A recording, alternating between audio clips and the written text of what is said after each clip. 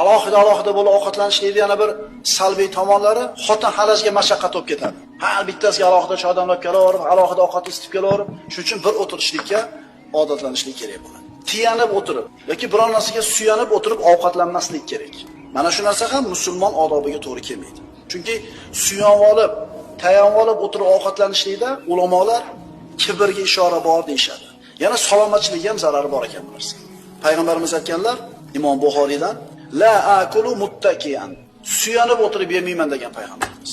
Endi uzri bo'lsa mayli. Ovqat ustida gaplashib o'tirishlik. Ovqat ustida gaplashib o'tiramiz biz. Endi albatta gapirish ekan deblar, to'g'ri kelgan gapni gapira olmaymiz. Foydali gapni gapirishimiz kerak bo'ladi. Chunki payg'ambarimiz sollallohu alayhi vasallam ovqatlanib o'tirganlarida sahobalar bilan gapiradi. Endi agar jim o'tirib ovqatlanish bo'lsa-chi, hamma jim, taqir-tuqur yeyapti. Xuddi kim birinchi yeb bo'lishlikda musobaqa o'ynaganga o'xshaydi. Bundan tashqari alohida o'tirib ovqatlanishlik birodarlar uydagi barakani ketishiga sabab bo'ladi. Masalan, bir tovoqning ustida odamlar qancha ko'p jamlansa, Alloh taoloning barakati shuncha ko'p yog'adi. Alloh shuncha rozi bo'ladi.